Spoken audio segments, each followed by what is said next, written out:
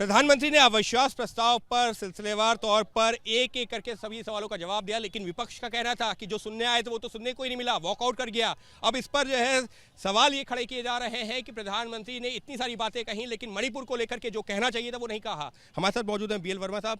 Sir, प्रधानमंत्री ने मणिपुर को लेकर के विपक्ष का कहना था, जो हम सुनना चाहते थे वो कहा ही नहीं। देखिए, माननीय प्रधानमंत्री मोदी जी ने कल जो 2 घंटे से भी ज़्यादा संसद में बोला है और 140 करोड़ देश के नागरिकों ने सुना है, तब मैं कह सकता हूं कि अविश्वास जो प्रस्ताव लेकर आए थे वो पता नहीं कहां चले गए। उनको आखिरी समय तक रहना चाहिए था।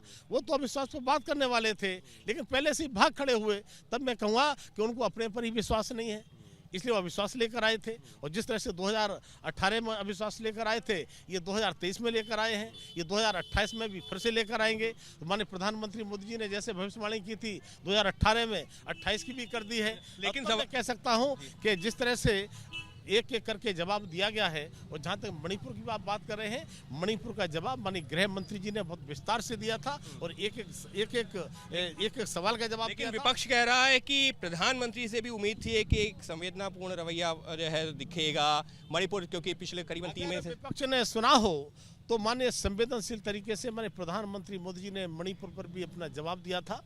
और मणिपुर के बारे में जितना कहा था, शायद वो विपक्ष वॉकआउट करते समय भूल गया, उसने देखा नहीं। उसको वहीं पर बैठकर सुनना चाहिए था और आवश्यकता पड़ी तो पूछना चाहिए था। लेकिन विपक्ष है, उसे पता है कि मणिपुर चर्चा करने के लिए माननीय गृह मंत्री जी ने शुरू से लेकर पत्र लिखने से लेकर लगातार दोनों संसद में कहा कि हम लंबी से लंबी चर्चा करने को तैयार है, मैं मणिपुर जवाब देने को तैयार हूँ। तब मैं कह सकता हूँ इससे भी बड़ी घटनाएं, हिंसक घटनाएं कांग्रेस यूपीए के समय में हुई हैं, लेकिन तब इनके प्रधानमंत्री तो छोड़िए, इनके गृह मंत्री भी कभी जवाब नहीं दिए। वॉकआउट क्यों कर गए?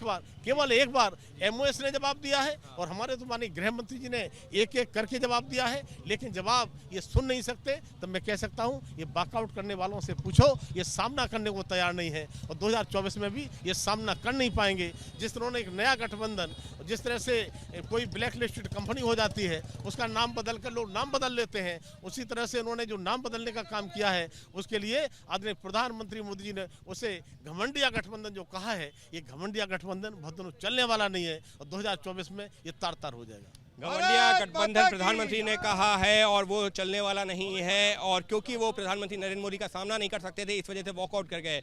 ये कहना है केंद्रीय मंत्री BL वर्मा का। अंकित गुप्ता, ABP न्यूज़, दिल्ली।